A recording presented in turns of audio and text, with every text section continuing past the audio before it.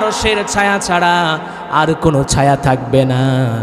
সেদিন 7 শ্রেণীর মানুষকে আমার আল্লাহ রব্বুল আলামিন তার আরশের ছায়ার নিচে জায়গা করে দিবে। সেই 7 শ্রেণীর মানুষের মধ্যে প্রথম নাম্বার হচ্ছে ইমামুন আদিলুন। 1 নাম্বার হলো একজন ন্যায়পরায়ণ শাসক, ন্যায়পরায়ণ বাদশা, ন্যায়পরায়ণ বিচারক। দ্বিতীয় নাম্বার হলো ওয়াশাবুন নাশাউ ফি ইবাদাতিল্লাহ।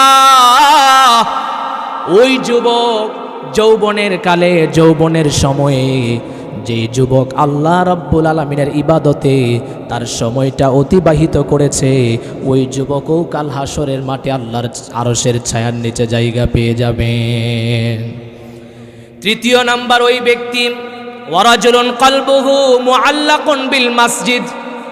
যাদের অন্তর, যাদের কলব মসজিদের সাথে ঝুলন্ত থাকে। পড় আল্লাহু আকবার। মসজিদকে এতটাই ভালোবাসে, মসজিদ থেকে বের হতে মনে চায় না।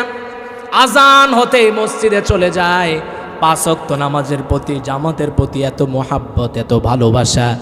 সেই মানুষটাকে আমার আল্লাহ রাব্বুল আলামিন কাল কিয়ামতের মাঠে ওই মানুষটাকেও ভুলবে না, তার আরশের নিচে জায়গা করে দিবেন। একজন চিৎকার করে বলুন তো দেখি তিনি কে? চতুর্থ নাম্বার ওই ব্যক্তি ওয়ারাজুলানে তুহাব্বানে ফিল্লাহি ইজতামা আলাইহি ওয়া তাফাররাকা আলাইহি। ওই 2 ব্যক্তি যারা আল্লাহর জন্য, আল্লাহর মোহাব্বতের জন্য, আল্লাহর ভালোবাসার জন্য একত্রিত হয়, আবার যখন পৃথক হয়ে যায় তখনও আল্লাহর ভালোবাসা, আল্লাহর সন্তুষ্টির জন্যই পৃথক হয়ে যায়। বলেন সুবহানাল্লাহ।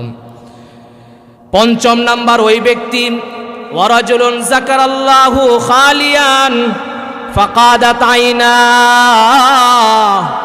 ওই ব্যক্তি যারা, ওই মানুষটা খালি করে গুনাহ করে না, সেজদায় পড়ে যায়, দুহাত তুলে চিৎকার করে কাঁদতে থাকে আল্লাহর কাছে, চোখের অশ্রু ফেলতে থাকে। ওই মানুষটাও কাল হাসরের মাঠে আমার আল্লাহ রাব্বুল আলামিন তার আরশের নিচে জায়গা করে দিবেন। বলেন সুবহানাল্লাহ। 6 নাম্বার হচ্ছে ওই ব্যক্তি ওয়ারাজুলুন দাআতু ইমরাতুন যাতা মানসাবুন ওয়া জামালুন ফাকালা ইন্নী আখাফুল্লাহ।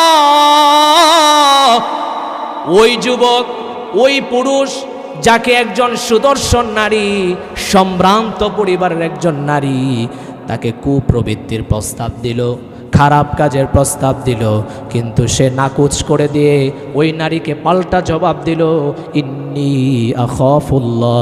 ওহে নারী, ওহে যুবতী, তুমি আল্লাহকে ভয় করো। বলেন